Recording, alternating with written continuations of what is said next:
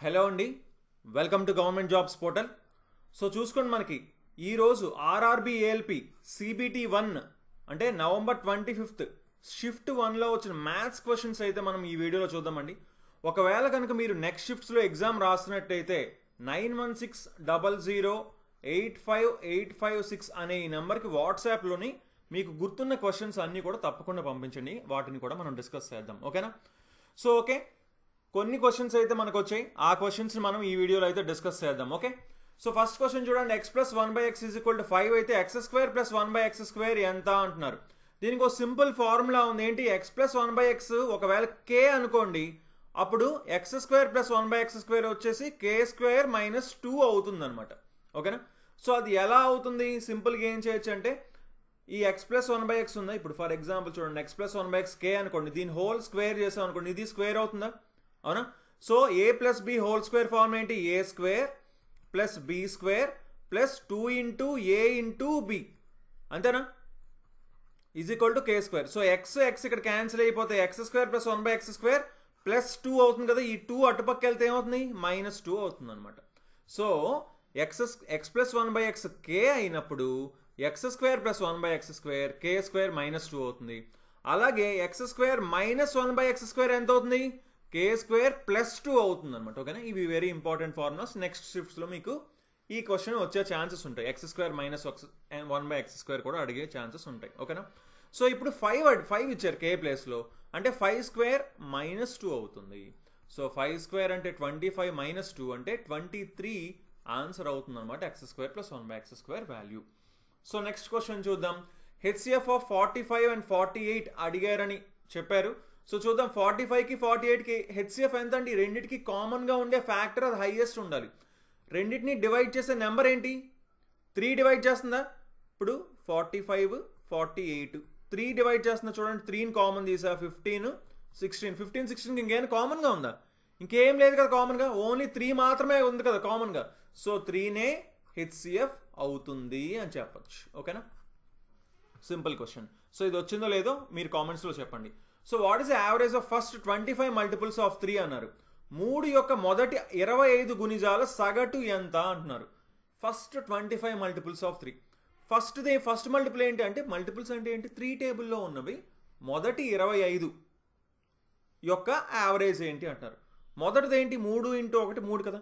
25ది ఏమవుతుంది? 3 × 25 75 కదా, అవునా? సో నెక్స్ట్ ఏమవుతుంది? 3 × 2 6, 3 × 3 9, 3 × 4 12 ఇలా వెళ్తుంది, అవునా? సో ఆల్రెడీ మనం యావరేజెస్ టాపిక్ చెప్పుకున్నప్పుడు కూడా చెప్పుకున్నాం. సేమ్ డిఫరెన్స్ ఉందనుకోండి, చూడండి, 3 + 3 + 3 + 3 అదే కదా. అప్పుడు మనం ఏం చేయొచ్చు? మధ్యలో టర్మ్ యావరేజ్ అని చెప్పొచ్చు. ఒకవేళ మనకు మధ్యలో టర్మ్ తెలియకపోతే ఫస్ట్ది లాస్ట్ది కలిపి 3 + 75/2 చేస్తే యావరేజ్ వస్తుంది. సో 75 + 3 78/2 అంటే 39 యావరేజ్ అవుతుంది అని చెప్పొచ్చు, right? So next question, 5 centimetres 7 centimetres 10 centimetres ఉన్న ఒక ట్రయాంగిల్ యొక్క ఏరియా అడిగారండి. సో 3 భుజాలు ఇచ్చారు, ఆ త్రిభుజం వైశాల్యం అడిగారు. అప్పుడు ఏం చేస్తామండి? అప్పుడు S = a + b + c/2 అని ఫార్ములా వేస్తామా? సో S కనుక్కున్నాం అనుకోండి, అప్పుడు ఏరియా ఏమవుతుంది? S × S - a × S - b × S - c అవుతుంది. So S = a + b + c/2 అంటే 5 + 7 + 10/2. 5 + 7 10 12 12 + 10 22/2 అంటే 11 అయిందండి. సో S 11 అయింది అనుకోండి, √11 × 11 - a అంటే 11 - 5 ఎంత? 6, 11 - 7 ఎంత? 4, 11 - 10 ఎంత? 1.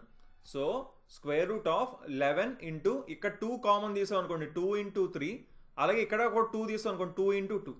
సో ఇక్కడ మనకి ఎన్ని 2s ఉన్నాయి? 3 2s ఉన్నాయి, కానీ ఒక 2 బయటకు వస్తుంది. ఎందుకంటే 2 2స్కి ఒక 2 బయటకు వస్తుంది కాబట్టి ఒక 2ని బయటకు తీద్దాం. అంటే ఈ 2 2ల నుంచి ఒక 2 బయటకు తీసాం. మిగిలింది అంతా 11 × 3 33 × 2 66 అంటే 2√66 ఆన్సర్ అవుతుంది అని చెప్పొచ్చు. So next question, some of x and y is 36. If 5 times x is equal to 4 times y, then find x and y అన్నారు. చూడండి, ఏమి వచ్చారు? xని yని కలిపితే 36 వస్తుందంట. 5 times x is equal to 4 times y అయితే, అలా అయితే x వాల్యూ y వాల్యూ ఎంత అని అడుగుతున్నారండి, ఓకేనా? సింపుల్గా దీన్ని అబ్జర్వ్ చేయండి. ఇప్పుడు ఏంటి? ఇప్పుడు దీన్ని 5 times వేసాను అనుకోండి, దీనికి 5 టైమ్స్ అవుతుంది, దీనికి 5 టైమ్స్ అవుతుంది. ఎందుకు 5 టైమ్స్ వేస్తున్నాను? ఈ 5x = 4y అని తెలుసు కదా. సో ఈ 5x ప్లేస్లో ఏం పెట్టచ్చు? 4y పెట్టచ్చా? 4y + 5y అంటే ఎంత అవుతుంది? 9y = 36 × 5. 9 1s 9 4s అంటే y = 4 × 5 20. y 20 అయ్యింది అంటున్నారు. yని ఇక్కడ 20 పెట్టండి. 20 పెడితే ఏమవుతుంది? 5 × 4 అంటే x 16 అవుతుంది. సో x 16 y 20 అవుతాయి. Simple question, right? So next question మనం చూద్దాం. చూడండి, ఇక్కడ లైన్ L ఉంది, ఇక్కడ లైన్ M ఉంది. ఈ రెండు ప్యారలల్ లైన్స్ అని క్లియర్గా మెన్షన్ చేశారు. ఓకేనా? సో చూసుకోండి, ఈ యాంగిల్ ఇచ్చారు, ఇది 60 degrees అంట, ఈ యాంగిల్ x అంట, ఈ యాంగిల్ 105 degrees అంట, ఈ యాంగిల్ వచ్చేసి y అంట. అలా అయితే 2y + x వాల్యూ ఎంత అని అడుగుతున్నారు. బాగా అబ్జర్వ్ చేయండి. ఒక విషయం చెప్తాను, రెండు ప్యారలల్ లైన్స్ ఉన్నప్పుడు, మధ్యలో ఒక ట్రాన్స్వర్సల్ ఉన్నప్పుడు ఈ యాంగిల్ ఈక్వల్ అవుతాయా? అవునా? ఇది ఏ, ఇది బి అనుకోండి, ఏబి ఈక్వల్ అవుతాయి. ఈ యాంగిల్ ఈక్వల్ అవుతాయా? ఇది సిడి అనుకోండి, సిడి ఈక్వల్ అవుతాయి. అవునా? సో ఇలా మనకు ఖచ్చితంగా తెలియాలి. ఈ లోపల యాంగిల్ ఈ యాంగిల్ ఈక్వల్ అవుతాయి, ఈ యాంగిల్ ఈక్వల్ అవుతాయి, ఎక్స్టర్నల్ యాంగిల్స్ ఈక్వల్ అవుతాయి, ఇంటర్నల్ యాంగిల్స్ ఈక్వల్ అవుతాయి. అవన్నీ ఖచ్చితంగా మనకు తెలియాలి. ఓకేనా? ఈ ఖచ్చితంగా మనం తెలుసుకోవాలి. కరస్పాండింగ్ యాంగిల్స్ ఈక్వల్ అవుతాయి, ఆల్టర్నేట్ ఇంటీరియర్ యాంగిల్స్ ఈక్వల్ అవుతాయి, ఆల్టర్నేట్ ఎక్స్టీరియర్ యాంగిల్స్ ఈక్వల్ అవుతాయి. సరే, ఇక్కడ క్వశ్చన్ ఏం అడుగుతున్నారు? 2y + x ఎంత అన్నారు అంటే వైని ఎక్స్ని కనుక్కున్నాం అనుకోండి, ఆన్సర్ వచ్చేస్తుందా? అవునా? సో ఇప్పుడు చూడండి, ఇది 60 degrees అన్నారు. అవునా? సో ఇది 60 అయితే ఆటోమేటిక్ ఇదేమవుతుంది? ఇది కూడా 60 degrees అవుతుంది. సో ఇది 60 అయితే ఇది ఎంత అవుతుంది? y ఎంత అవుతుంది? ఇది మొత్తం కలిపి 180 కదా, అప్పుడు y ఎంత అవుతుంది? 120 degrees అవుతుంది. సరే, ఇది 105 అన్నారు అంటే మిగతాది ఇది ఎంత అవుతుంది? మిగతాది 75, ఎందుకంటే మొత్తం కలిపి 180 కాబట్టి ఇది 75 అవుతుంది. అంటే అప్పుడు ఇది కరస్పాండింగ్ యాంగిల్స్ కదా, సేమ్ కరస్పాండింగ్ ఉన్నాయా? సో x ఎంత అవుతుంది? 75 degrees అవుతుంది. 2y + x, 2 × y అంటే 2 × 120 degrees అంటే 240 ప్లస్ x ఎంత? 75.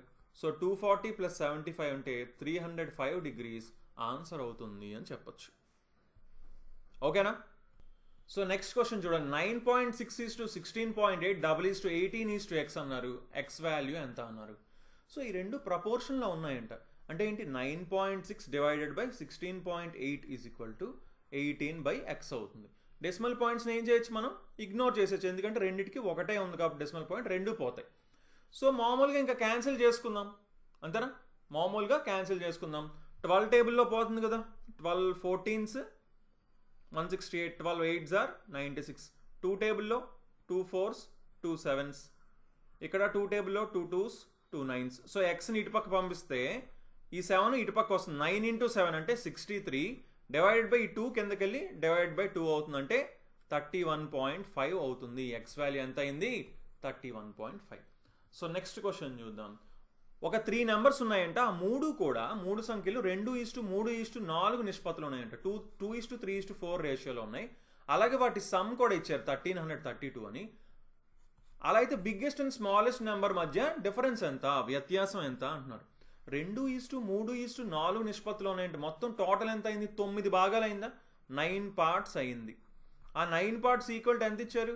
1332 ఇచ్చారు. అంటే 1 part ఎంత అవుతుంది? 1332/9 అవుతుంది, అంతేనా? సో 9 1s are 9, 43 అవుతుంది. 9 4s are 36, 9 8s are 72. అంటే ఒక పార్ట్ 148 అయిందండి. బట్ ఇక్కడ ఏంటి క్వశ్చన్ ఏంటి? మనల్ని అడుగుతున్న క్వశ్చన్ ఏంటి? బిగ్గెస్ట్ అండ్ స్మాలెస్ట్ నెంబర్ మధ్య డిఫరెన్స్ ఎంత అన్నారు. బిగ్గెస్ట్ నెంబర్ ఏంటి? 4 parts. స్మాలెస్ట్ నెంబర్ ఎంత? 2 భాగాలు. ఇది 4 భాగాలు, ఇది 2 భాగాలు, అంతేనా? సో రెండింటి మధ్య తేడా ఎంత? 2 భాగాలు. ఒక భాగం 148 అయితే 2 parts ఎంత అవుతుంది? 2 × 148 అంటే ఎంత అవుతుంది? 296 అవుతుంది. సో 296 పెద్ద నెంబర్ మరియు స్మాలెస్ట్ నెంబర్ మధ్యన డిఫరెన్స్ అవుతుంది. ఆన్సర్ ఏమవుతుంది? 296 అవుతుందని చెప్పొచ్చు. ఓకేనా? So next question. Okay, divisibility rule, ఏదో ఒక నెంబర్ అయితే ఇచ్చి మనకి అది డివిజిబుల్ బై 11 కాదా అని అడిగారంట. సో దీనికి మనం ఒక ఎగ్జాంపుల్ తీసుకుందాం. చూడండి, 65431651 నెంబర్ ఇచ్చారనుకోండి. ఇది డివిజిబుల్ బై 11 కాదా అంటే ఏం చేయాలి? మనం ఆల్టర్నేట్ డిజిట్స్ని యాడ్ చేసుకుంటూ వెళ్ళాలి. అలాగే మిగిలిన ఆల్టర్నేట్ డిజిట్స్ని యాడ్ చేయాలి. అంటే 6 + 4 10 + 11 ప్లస్ 5 16 వచ్చింది ఈ టోటల్. ఇదంతా 5 3 8 ప్లస్ 6 14 వచ్చింది ఈ టోటల్. రెండింటి మధ్య డిఫరెన్స్ ఎంత 2. ఇది డివిజిబుల్ బై 11 2 కాదు కదా, అప్పుడు ఈ నెంబర్ 11తో డివిజిబుల్ అవ్వదని చెప్పొచ్చు. ఇక్కడ 0 వచ్చిన లాస్ట్కి వచ్చిన డిఫరెన్స్ 0 వచ్చిన లేదా 11తో డివిజిబుల్ అయ్యే నెంబర్ ఏదైనా సరే వచ్చినా అప్పుడు ఆ నెంబర్ మొత్తం 11తో డివిజిబుల్ అవుతుంది అని చెప్పొచ్చు. మనం ఆల్రెడీ డివిజిబిలిటీ రూల్స్ కూడా చెప్పుకున్నామండి, ఒకవేళ చూడకపోతే చూడండి. ఓకేనా. సో నెక్స్ట్ క్వశ్చన్ చూస్తే ఒక బుక్ ప్రైస్ వచ్చేసి 16 రూపీస్ అంట. ఆ బుక్ని 25% పెంచారంట, పెంచి మార్క్ చేశారంట. దాని తర్వాత ఇంకో 25% డిస్కౌంట్ ఇచ్చారంట. అలా అయితే లాభమా నష్టమా శాతం ఎంత అని అడుగుతున్నారు. ఇప్పుడు 16 రూపాయలు ఉన్న బుక్ని 25% పెంచారంట. 25% అంటే ఎంత? 4వ వంతు. సో 4వ వంతు పెంచండి అంటే 16కి 4వ వంతు అంటే 4 కదా, అంటే 20 రూపాయలు మార్క్ చేశారు. దీని తర్వాత ఏం చేశారంట? 25% డిస్కౌంట్ ఇచ్చారంట. 25% మళ్ళీ అంటే 4వ వంతు. 20కి 4వ వంతు అంటే ఎంత? 5 కదా. సో 5 డిస్కౌంట్ ఇచ్చారంట. అంటే ఎంత కమ్మారు? 15 రూపాయలకి అమ్మారు. ఎంత కొన్నారు? 16 రూపాయలు కొన్నారు. 16 కొని 15కి అమ్మితే ఏమవుతుంది? రూపాయి నష్టం వస్తుంది. ఎంతకి? 16 రూపాయలకి రూపాయి నష్టం, అంతేనా? అంటే 6.25%. చూసుకోండి, ఫ్రాక్షన్ నుంచి పర్సంటేజ్కి కన్వర్ట్ చేయడం ఖచ్చితంగా మనం కంపల్సరీగా నేర్చుకోవాలి. ఓకేనా. సో నెక్స్ట్ క్వశ్చన్ చూద్దాం. ఓకే, ఏ వచ్చేసి ఒక పనిని 15 రోజుల్లో, బి వచ్చేసి ఒక పనిని 23 రోజుల్లో చేయగలరంట. అప్పుడు ఇద్దరు కలిసి ఎన్ని రోజుల్లో పని చేయగలరు?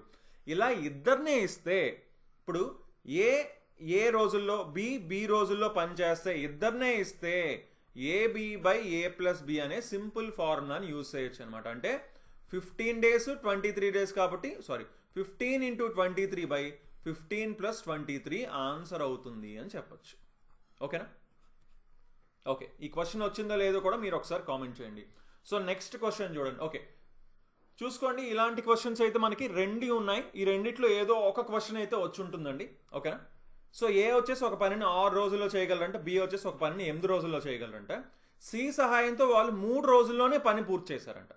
అలా అయితే అండ్ పని పూర్తి చేయడానికి మొత్తం 3200 ఇస్తే సికి ఎంత ఇచ్చారు, సి ఎంత ఎర్న్ చేశారు అంటున్నారు. చూడండి, ఏ వచ్చేసి ఒక పనిని 6 రోజుల్లో చేయగలరు, బి వచ్చేసి అదే పనిని 8 రోజుల్లో చేయగలరు. ఓకేనా. అంటే 6కి 8కి ఎల్సిఎం తీసుకొని దాన్నే కదా టోటల్ వర్క్ అనుకుంటాం, చాలాసార్లు చెప్పుకున్నాం. ఎంత? 24 ఎల్సిఎం. సో టోటల్ వర్క్ని 24 యూనిట్లు అని అనుకుంటున్నాం. అంటే ఏ రోజుకి 6 రోజుల్లో 24 యూనిట్లు చేస్తున్నారంటే రోజుకి 4 యూనిట్లు చేస్తారు. బి 8 రోజుల్లో 24 యూనిట్లు చేస్తారంటే రోజుకి 3 యూనిట్లు చేస్తారు. కానీ సితో కలిసి వీళ్ళు పనిని 3 రోజుల్లోనే ఫినిష్ చేశారంట. 3 రోజుల్లో 24 యూనిట్లు చేశారంటే రోజుకి ఎన్ని యూనిట్లు చేసినట్టు? ముగ్గురు కలిసి 8 యూనిట్లు. సో A4 B3 యూనిట్లు మొత్తం 7 అయ్యాయి. అంటే మిగిలిన 1 యూనిట్ సి చేస్తున్నారు అని అర్థం. సో అంటే రోజులో మనం చూసుకుంటే మొత్తం 8 యూనిట్లు ఉంటే అందులో 1/8వ వంతు సి చేస్తున్నారు. సో మొత్తం పనిలో 1/8వ వంతు చేస్తారు. సో అప్పుడు మొత్తం ఇచ్చిన డబ్బుల్లోని సికి ఎంత రావాలని కదా అడిగారు? 1/8వ వంతు వస్తాయి. అంటే 3200/8 అంటే 400 రూపాయలు వస్తుంది సికి అని చెప్పచ్చు. ఓకేనా. ఈ క్వశ్చన్ ఇచ్చి ఉండొచ్చు, లేదంటే ఈ క్వశ్చన్ అయినా సరే ఇచ్చి ఉండొచ్చు. ఏ ఒక పనిని 6 డేస్లో చేస్తారంట, బి వచ్చేసి అదే పనిని 8 డేస్లో చేస్తారంట. అలాగే బి వచ్చేసి 4 డేస్లో చేస్తారంట, సి వచ్చేసి 8 డేస్లో చేస్తున్నారంట. అలా అయితే ముగ్గురు కలిసి పనిచేసి 5200 రూపాయలు సంపాదిస్తే బి యొక్క షేర్ ఎంత అని అడుగుతున్నారండి. 6కి 4కి 8కి ఎల్సిఎం ఇలా చూసినా సరే మనకి 24 వస్తుంది. ఈ 2 క్వశ్చన్స్లో ఏదో ఒకటైతే వచ్చిందండి. ఓకేనా. 24 యూనిట్స్ని టోటల్ వర్క్ అనుకుంటే ఏ రోజుకి 4 యూనిట్లు, బి రోజుకి 6 యూనిట్లు, సి రోజుకి 3 యూనిట్లు. అంటే మొత్తం టోటల్ చేస్తే 13 యూనిట్లు అయ్యాయి. ఓకేనా. 13 యూనిట్లు అయ్యాయి. ఓకేనా. సో అంటే మొత్తం డబ్బుల్ని ఏం చేయాలి? 13 భాగాలు చేయాలి మనం. మొత్తం డబ్బుల్ని ఏం చేయాలి మనం? 13 భాగాలు చెయ్యాలి. ఎందుకు చేస్తామని 13 భాగాలు? ఇప్పుడు వాళ్ళు ఎంత పని చేశారో, ఎంతైతే పని చేస్తున్నారో అదే నిష్పత్తిలోని వాళ్ళకి డబ్బులు కూడా డివైడ్ చేయడం జరుగుతుంది. సో ఆ 13 భాగాలు ఏకి 4 భాగాలు, బికి 6 భాగాలు, సికి 3 భాగాలు వస్తాయి. ఓకేనా. సో 13 భాగాలు చేయండి అంటే ఒక భాగం ఎంత అవుతుంది? 13 4 సార్ కదా 52. 13 4s are 52. ఎస్, అంటే 400 అయింది ఒక భాగం. సో ఇప్పుడు క్వశ్చన్ ఏంటి, బి ఎంత సంపాదించారు? బి వచ్చేసి 6 భాగాలు. సో 6 భాగాలు 400 ఒక భాగం, 6 భాగాలు ఎంత? 2400. ఓకేనా? ఈ రెండిట్లో ఏదో ఒక క్వశ్చన్ అవ్వచ్చు. సో నెక్స్ట్ క్వశ్చన్ మనం చూద్దాం. 1100 రూపీస్కి 4% ఇంట్రెస్ట్ చొప్పున 2 సంవత్సరాలకి కాంపౌండ్ ఇంట్రెస్ట్ ఎంత అవుతుంది అంటున్నారు. చక్రవడ్డీ ఎంత అని అంటున్నారు. 4% అన్నారండి, 4% అన్నారండి. చూడండి, 1100 4% ఎంత అండి? ఒక శాతం ఎంత? 2 సున్నాలు కట్ చేస్తే 11 కదా, 1%. 4% ఎంత అవుతుంది? 44 అవుతుంది. అంటే ఫస్ట్ ఇయర్ 44, సెకండ్ ఇయర్ ఏమవుతుంది? 44తో పాటు ఈ 44 మీద కూడా 4%, అంటే 44 డివైడెడ్ బై 25, ఇది 4%. అంటే 44 ప్లస్ 44, ఇది ఫస్ట్ ఇయర్ది, ఇది సెకండ్ ఇయర్ది. సెకండ్ ఇయర్ది ఎంత? ఇది కూడా యాడ్ అవ్వాలి. సో 44/25. సింపుల్. ఇది ఆన్సర్ చేస్తే మనకి వచ్చేస్తుంది. ఇలా అయినా చేయొచ్చు. లేదు అంటే 4% సక్సెసివ్గా 2 పెరుగుతున్నాయి. 4% అంటే 4 + 4 + 4 × 4/100 అని చెప్పొచ్చా? అంటే 8.16%. అంటే 1100 × 8.16/100. ఇలా చేసినా సరే ఆన్సర్ వస్తుంది. ఓకేనా? ఎలా అయినా సరే సాల్వ్ చేయొచ్చు, మనకి ఆన్సర్ అనేది వస్తుంది అనమాట. Okay, so okay guys, thanks for watching. So మీరు కనుక నెక్స్ట్ షిఫ్ట్స్లో ఎగ్జామ్ రాస్తున్నట్లయితే 916000858556 అనే ఈ నెంబర్కి వాట్సాప్లో ఆ క్వశ్చన్స్ పంపించండి. వాటిని కూడా మనం నెక్స్ట్ వీడియోస్లో డిస్కస్ చేయడం జరుగుతుంది. So okay then, thanks for watching and have a nice day. Bye.